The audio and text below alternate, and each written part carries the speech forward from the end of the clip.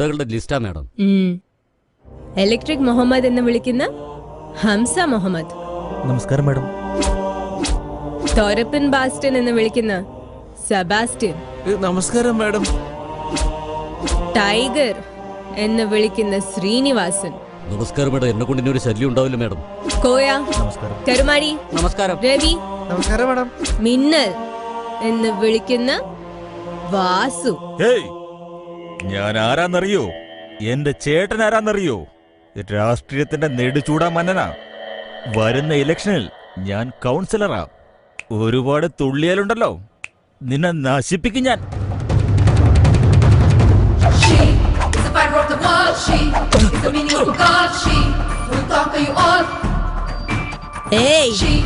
ഞാൻ കൈക്കൂലി മേടിച്ച് ഓച്ചാനിച്ച് നിൽക്കുന്ന പോലീസുകാരിയെന്ന് കരുതിയോ? നിന്റെ തോന്നിവാസൊക്കെ കാണാതിരിക്കാൻ ഞാൻ നിന്റെ അടിമയാന്ന് കരുതിയോ? നീ കൈക്കൂലി കൊടുത്ത് പേടിപ്പിച്ച് വെച്ച പോലീസുകാര് എങ്ങനെയായിരിക്കണമെന്ന് കാണിച്ചു കൊടുക്കാനുള്ള കുപ്പായമാര്. നീ ആർക്ക് വേണമെങ്കിലും അനിയനോ ചേട്ടനായിക്കോ, പക്ഷെ എന്റെ മുന്നിൽ നീ വെറും ഒരു ക്രിമിനൽ, പക്ക ഗുണ്ടാ ലിസ്റ്റിലുള്ളവൻ. അത് നീ മനസ്സിലാക്കിക്കോ. നിന്റെ അഹങ്കാരം എന്റെ അടുത്ത് വില പോകില്ല, സൂക്ഷിച്ചോ. നിയമത്തിന്റെ മുന്നിൽ നീയൊക്കെ എന്നും അക്യൂസ്ഡാ. നിന്നെ പോലെ അഹങ്കാരികളായ ഗുണ്ടകളെ നിലയ്ക്ക് നിർത്താൻ എനിക്കറിയാം. ഇതിനു മുൻപ് നിങ്ങൾ എന്തായിരുന്നെന്ന് എനിക്കറിയണ്ട, പക്ഷെ ഇനി മുതൽ എല്ലാം എന്റെ കൺട്രോളിലായിരിക്കും. അങ്ങനെ അല്ലാത്ത പക്ഷം നിന്നെയൊക്കെ പൊക്കിയെടുത്ത് ചുരുട്ടിക്കൂട്ടി ജയിലിൽ കൊണ്ടിട്ട് വയർ നിറച്ച് ബിരിയാണി വാങ്ങി തരുമെന്ന് ഓർക്കണ്ട ഈ കാഞ്ചന. എന്റെ രീതി ആദ്യം വാർണിംഗ്. നന്നായാൽ വളരെ സന്തോഷം. അങ്ങനെയും നിങ്ങൾ നന്നാവില്ലെങ്കിൽ എൻകൗണ്ടർ. ചത്താലും വളരെ സന്തോഷം. ജീവിക്കണോ മരിക്കണോ തീരുമാനം നിങ്ങളുടെ കയ്യിൽ. Think and decide. Now you all can go. Go! Hey.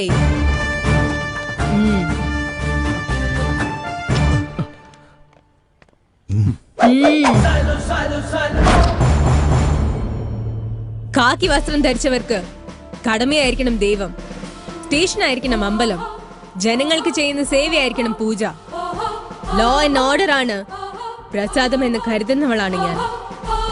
എന്റെ കൊലീഗ്സ് എല്ലാവരും എന്നെ പോലെ തന്നെ ആവണമെന്ന് ഞാൻ ആഗ്രഹിക്കുന്നു. ഇതിനു മുൻപ് വരെ നിങ്ങളെല്ലാരും എങ്ങനെയായിരുന്നെന്ന് ഞാൻ ചോദിക്കുന്നില്ല, പക്ഷേ ഇനി മുതൽ എങ്ങനെയാവണമെന്ന് ഞാൻ പറയും. അണ്ടർസ്റ്റാൻഡ്? Yes madam.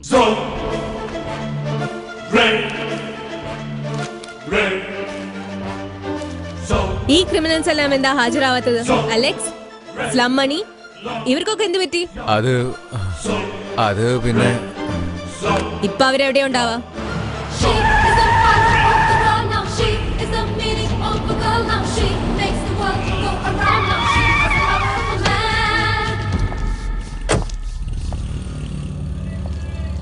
അതെ, ഇവിടെ സ്ലം മണിയുടെ വീട് ഏതാണ്?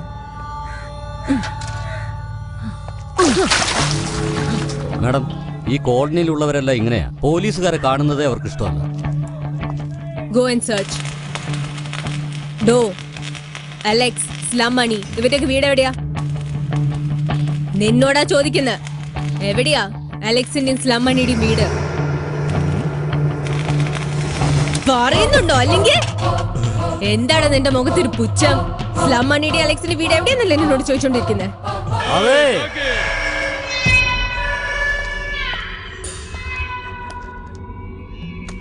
ഞാനടി മണി, സ്ലം മണി. നിനക്ക് എന്തോന്നാ വേണ്ടേ? നീ താനെ വന്ന് ജീപ്പിൽ കയറാണെങ്കിൽ സേഫ്. ഞാൻ അങ്ങോട്ട് വന്നാ നിന്റെ ഷേപ്പ് ഉണ്ടാവില്ല. എങ്ങനെ നീ വരുന്നോ അതോ ഞാൻ വരണോ? എടി പോലീസേ, നിന്നെ പോലത്തെ ഒരുപാടെണ്ണത്തിന് ഞാൻ കണ്ടിട്ടുണ്ട്. എന്നെ നീ ചെരക്കാൻ വന്നതാണ്. ചെരച്ചു നോക്ക്, എല്ലാത്തിനെയും കൊത്തിയെരിഞ്ഞ് തള്ളും ഞാൻ. എന്റെ അടുത്തോട്ട് അങ്ങനെ വന്നാ ചെതറിപ്പോവും. കൊള്ളാലോ.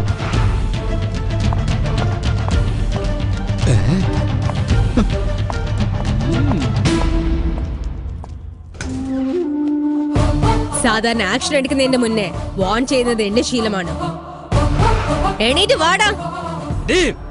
നീ ആരോടെ സംസാരിക്കുന്നറിയോ? ഞാനാടി സ്ലം മണി. മതി, പോയി ജീപ്പിൽ കയറും. എന്തോന്ന്? ഞാനാ പോലീസ് ജീപ്പിലാ. എടി പെങ്കൊച്ചേ, നിന്നെ പോലുള്ള ഒരുപാടെണ്ണത്തിനെ ഞാൻ റേപ്പ് ചെയ്ത് കൊന്നിട്ടുണ്ട്. അന്ന് പോലും ഞാൻ പോലീസ് ജീപ്പിൽ കയറിയിട്ടില്ല. എന്നോട് പറയാ പോലീസ് ജീപ്പിൽ കയറാൻ.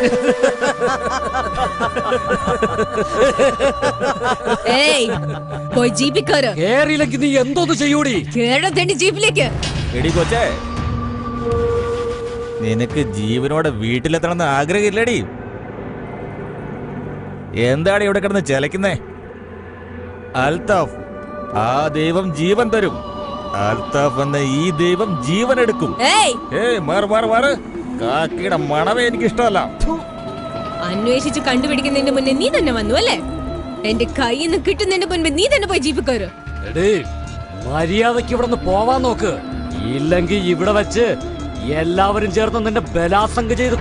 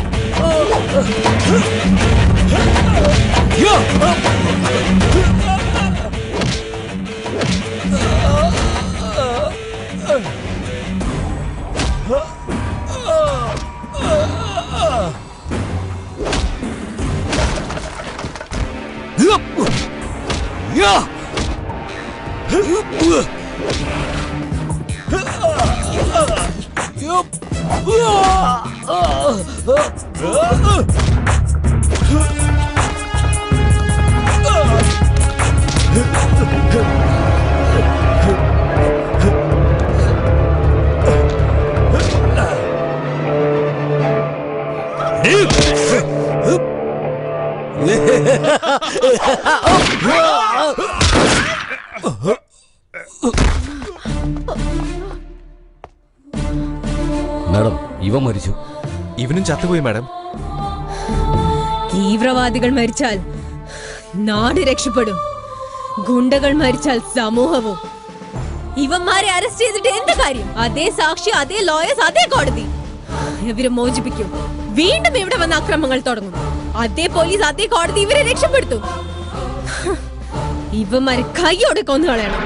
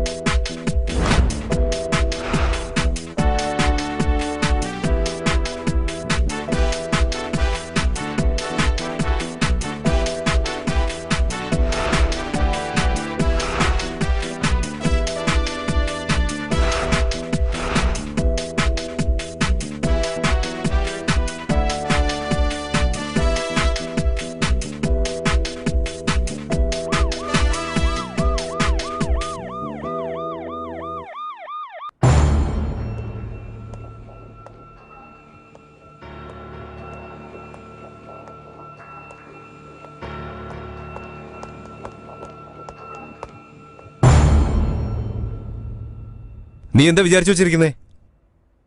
ഇപ്പോഴല്ലേ ഡ്യൂട്ടിയിൽ ജോയിൻ ചെയ്തുള്ളൂ, അപ്പോഴേക്ക് 2 എൻകൗണ്ടറോ? നീ എന്താ പോലീസ് ഓഫീസറാണോ അതോ പ്രൊഫഷണൽ കില്ലറോ? സോറി സർ, ഞാൻ കൊന്നത് നാടിനു വേണ്ടി പോരാടിയ പോരാളികളെയല്ല, ഗുണ്ടായിസം നടത്തുന്ന ക്രിമിനൽസിനെയാണ്.